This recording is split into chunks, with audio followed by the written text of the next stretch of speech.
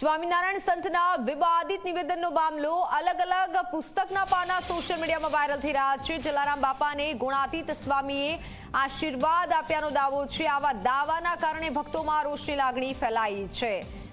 ભક્તોએ મંદિર તરફથી પ્રસિદ્ધ કરાયેલું પુસ્તક રજૂ કર્યું। ભક્ત શ્રી જલારામ પુસ્તક ભક્તોએ રજૂ કર્યું। પુસ્તકમાં આવી ઘટનાનો ઉલ્લેખ ન હોવાનો દાવો કર્યો। ઝી 24 કલાક આ પુસ્તકના લખાણની પુષ્ટિ નથી કરતું, પણ જે પુસ્તક વાયરલ થઈ રહ્યું છે અને જેની કોપી સામે આવી છે તેમાં સ્પષ્ટ રીતે લખવામાં આવ્યું છે અને આ તરફ લોકોમાં પણ તેને લઈને રોષ જોવા મળ્યો છે। ભક્તોએ મંદિર તરફથી પ્રસિદ્ધ કરાયેલું પુસ્તક રજૂ કર્યું છે।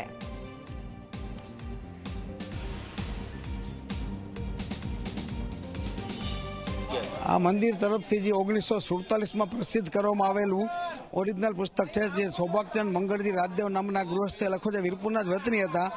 એમાં કોઈ સ્વામિનારાયણનો ગુણાતીત સ્વામીનો કોઈ ઉલ્લેખ નથી। પૂજ્ય ભોજલરામ બાપા જલારામ બાપાના ગુરુ હતા, એની આજ્ઞાથી જ આ સદર ચાલુ છે। એમાં ગુણાતીત સ્વામીને કંઈ કન્સર્ટ જ નથી। જલારામ બાપા કોઈ જુનાગઢ ગયા નથી। આ બધી ઇતિહાસ સ્વામી જે કરી ખોટું છે બધું। આ બસ પોતાના ધર્મના પ્રચાર માટે બીજાને હિંદ દેખાડવાનો આ એક પ્રયાસ છે એવું દેખાય છે અત્યારે। જ્ઞાન પ્રકાશ સ્વામીના વિવાદિત નિવેદનનો મામલો। સુરત લોહાણા સમાજે નિવેદનનો વિરોધ કર્યો છે। સ્વામીના નિવેદનને વખોડી કાઢવામાં આવ્યું છે। સ્વામી પુરાવા રજૂ કરે તેવી માંગ કરવામાં આવી છે। સ્વામી માફી માંગે તેવી પણ માંગ કરાઈ છે। સ્વામીના નિવેદનને લોકોએ વખોડ્યું છે। જલારામ બાપાના એક જ માત્ર ગુરુ હતા ભોજલરામ બાપા। એ ભોજલરામ બાપાની પ્રેરણાથી અને એમના આશીર્વાદથી 205 વર્ષ પહેલા વીરપુરમાં સદાવ્રતની શરૂઆત થઈ। જલારામ બાપા એ ભગવાન રામના ઉપાસક હતા, એમને જ ઈષ્ટ માનેલા હતા અને ત્યારથી જ આજે વીરપુરમાં નિરંતર રીતે સદાવ્રત ચાલી રહેલું છે। જ્ઞાન પ્રકાશ સ્વામીએ કયા મેગેઝિનમાં અને કયા સમાચાર પત્રમાં આ વાંચ્યું છે એનો પુરાવા રજૂ કરવા જોઈએ, નહીં તો અત્યારે જે રીતે લોહાણા સમાજમાં અને જલારામ બાપાના તમામ ભક્તોમાં જે પ્રકારે રોષ છે એ રોષ વધી જશે।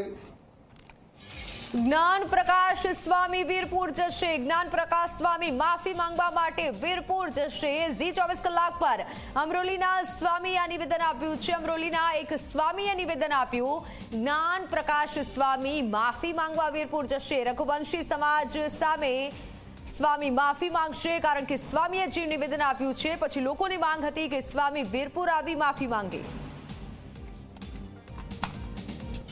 સ્વામીજી આમાં ભૂલ સ્વીકારેલી છે ગત રોજ, તો તેઓ ત્યાં જશે, એ લોકોની ખાલી એટલી જ માંગ છે કે અહીં આવીને માફી માંગી લે।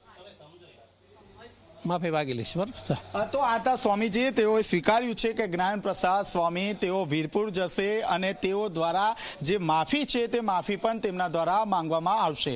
સ્વામીજી આમાં ભૂલ સ્વીકારેલી છે ગત રોજ, તો તેઓ ત્યાં જશે, એ લોકોની ખાલી એટલી જ માંગ છે કે અહીં આવીને માફી માંગી લે। માફી માંગી લઈશ, બરાબર। તો આ હતા સ્વામીજી, તેઓએ સ્વીકાર્યું છે કે જ્ઞાન પ્રસાદ સ્વામી તેઓ વીરપુર જશે અને તેઓ દ્વારા જે માફી છે તે માફી પણ તેમના દ્વારા માંગવામાં આવશે।